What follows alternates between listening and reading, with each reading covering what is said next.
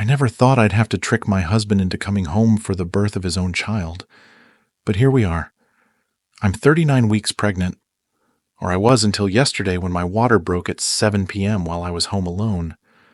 My husband Jake was out with his friends at their regular Thursday night gathering at a local bar. Before he left, I reminded him to keep his phone on and available since I was so close to my due date. "Of course, babe. I'll have it right here," he promised, patting his pocket as he kissed me goodbye. "Call if anything happens and I'll be home in 10 minutes. When my water broke, I wasn't immediately panicked. First babies often take their time, and I knew I likely had hours before things got serious. Still, everything I had read said to call your doctor and get to the hospital once your water breaks, even if contractions haven't started. So I called Jake. No answer. I called again, straight to voicemail. I sent a text. "My water broke. Please come home." No response. Over the next hour, as I packed my hospital bag and timed my contractions, which had indeed started, I called Jake 17 times. 17. I left voicemails. I sent texts. Nothing. His phone was going straight to voicemail, which meant it was either dead or turned off. By the 18th call, my contractions were coming every 8 minutes. Not emergency territory yet, but definitely time to get to the hospital. I was getting scared and angry. This was the one thing I had asked of him, to be available when I needed him. I called an Uber, but the app showed a 20-minute wait time. I tried calling my sister, but she lives an hour away. I considered calling 911, but I wasn't in immediate danger, just alone and frightened during what should be a shared experience. That's when I decided to send one last text. One I knew would get his attention. "Jake, I've been calling for an hour. My water broke, contractions are getting closer, and I'm bleeding heavily. If you don't come home now, I might not make it. I'm scared."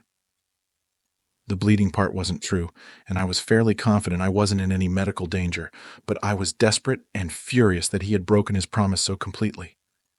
10 minutes later, I heard tires screeching in our driveway. Jake burst through the door, face ashen, tears in his eyes, frantically calling my name. He found me sitting calmly on the couch, hospital bag packed beside me. "Oh, thank God," he gasped, rushing to hug me. "Are you okay? Where's the blood? Should I call an ambulance?" "There's no blood," I said coolly. "But my water did break an hour and a half ago. I've called you 17 times.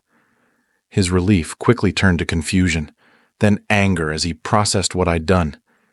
You made me think you were dying? Do you have any idea what that felt like? I thought I was going to find you unconscious or worse. Do you have any idea what it felt like to have my water break and not be able to reach you?" I countered. "You promised you'd keep your phone on. You promised you'd be here." He pulled out his phone, which was indeed dead. "The battery died. I didn't notice. The guys were watching a game. It was loud. I'm sorry, but Jesus, you didn't have to terrify me like that." We didn't have time to argue further because my contractions were getting closer. He drove me to the hospital, mostly in tense silence, occasionally muttering about how I'd traumatized him and gone too far. Our beautiful daughter was born 6 hours later. The moment was magical, and we both cried as we held her.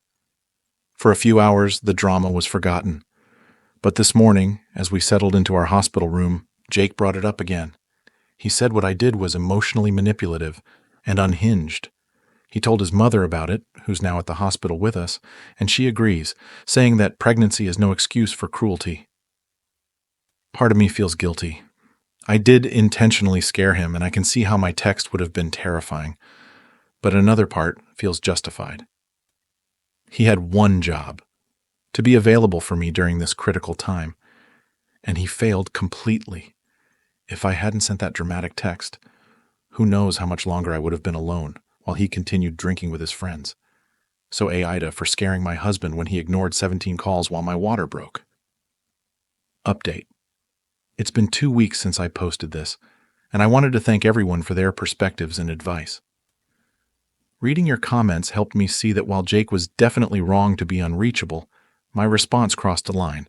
Jake and I had several honest conversations after coming home from the hospital.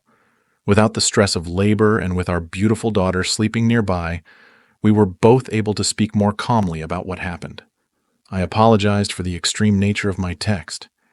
He acknowledged that he understood why I did it, but explained how traumatizing it truly was. He thought he might lose both me and our baby in one night.